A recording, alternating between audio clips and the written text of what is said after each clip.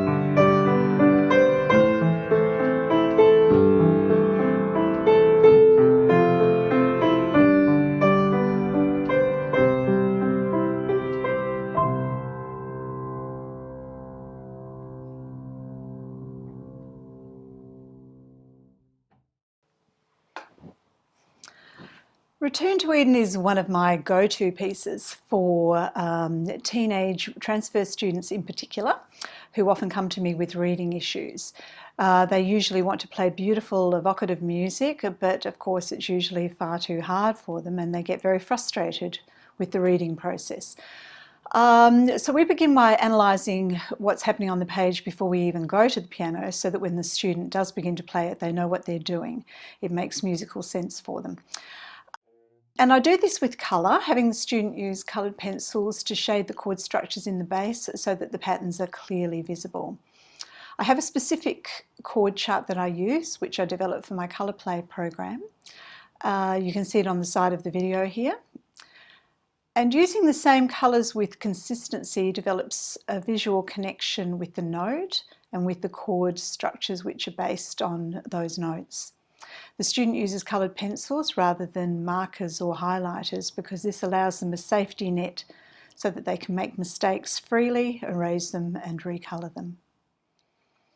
So in colouring those chord structures, I have them first take note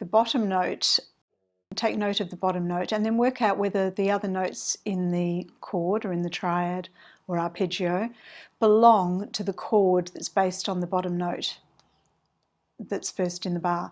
And if they all belong to the same chord, then we highlight the whole bar for that note, for that chord. So if it's an A minor chord, we highlight everything red. The whole bar is highlighted red.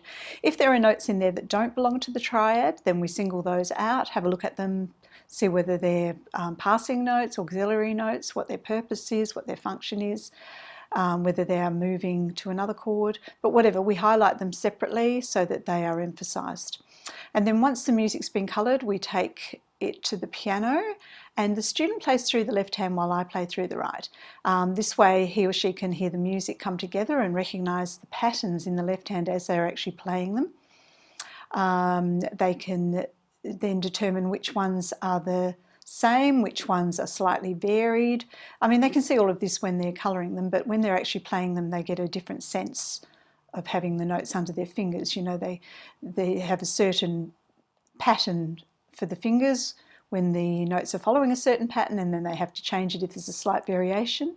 And also they can see whether the progressions are the same all the way through or whether they change from one section to another. For example, in this first section, we can discuss that the root of the chord is on the bottom, followed by the fifth, and then the root again, followed by the third and the fifth. Then the next arpeggio, which starts on E, which they would have coloured, they can also see that we have got the same pattern. We've got E on the bottom, we've got that's the root, then we've got the fifth, then the root, then the third and the fifth. So although they start on different notes, those patterns are identical and the fingering will be identical too. Now what's happening in the next bar? The first part's the same, root, fifth, root, but back to the fifth, and then we move up to B. So that will be coloured separately, and they can feel what that feels like to move up to C. And then we've got root, fifth, root, third, fifth. So that's the same pattern again. So that's relatively easy for the student to learn.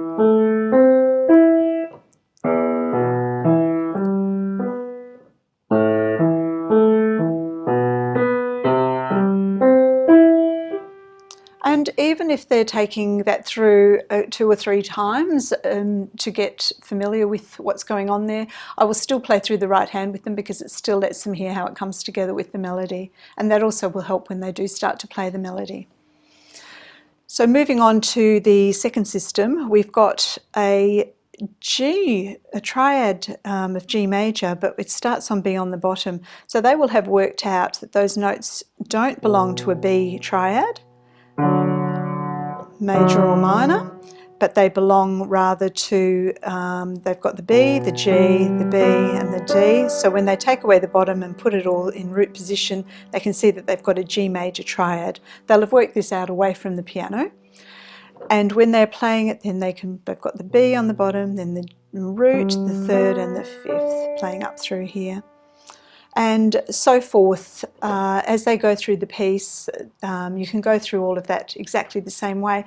And this is very empowering for a teenage student who is beginning to analyse and question everything that's going on in their lives. They are able then to put some sort of meaning and clarity into what was previously perhaps a random jumble of notes. Something else that I wanted to talk about is interpretation. There are so many ways to interpret a piece of music, and I like students to do that in as many ways as possible, to have a multitude of different ways of looking at a piece of music so that they can put something of themselves into it and they can make it more completely their own. So probably the most obvious way is in performance.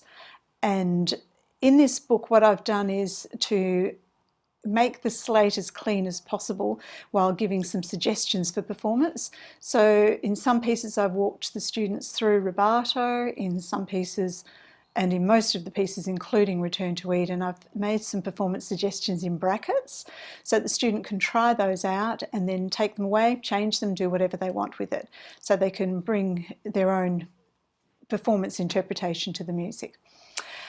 The other way is to think about what the music is about. So the pieces do all have evocative titles. So in Return to Eden, what is Eden? Where is Eden?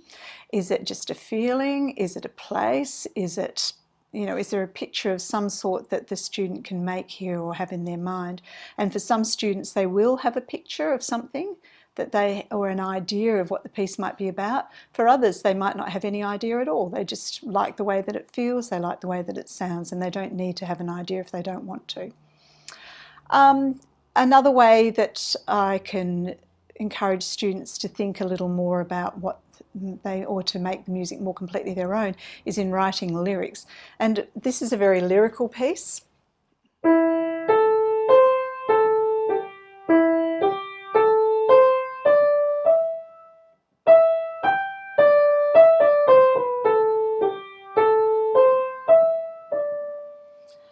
Very much a song, so the student can write lyrics. I have students do this all the time and they all come up with different ideas, different sorts of lyrics, but they're very much speaking to their emotional life at this time of their life, and I think it's a wonderful way that they can actually get some of those feelings out and pour them into a song, pour them into a piece of music. So that's basically what I'm trying to do with this music, is to make it as holistic an experience as possible for the teenage student, an opportunity for them to take the bare bones of something and to make it more completely their own. So I hope this has given you some ideas that you can work with in your own lessons, ways that you can work with teens to perhaps make the experience a more full, richer and more holistic one. Return to Eden and the collection in my room are available from Wirrapang at www.australiancomposers.com.au.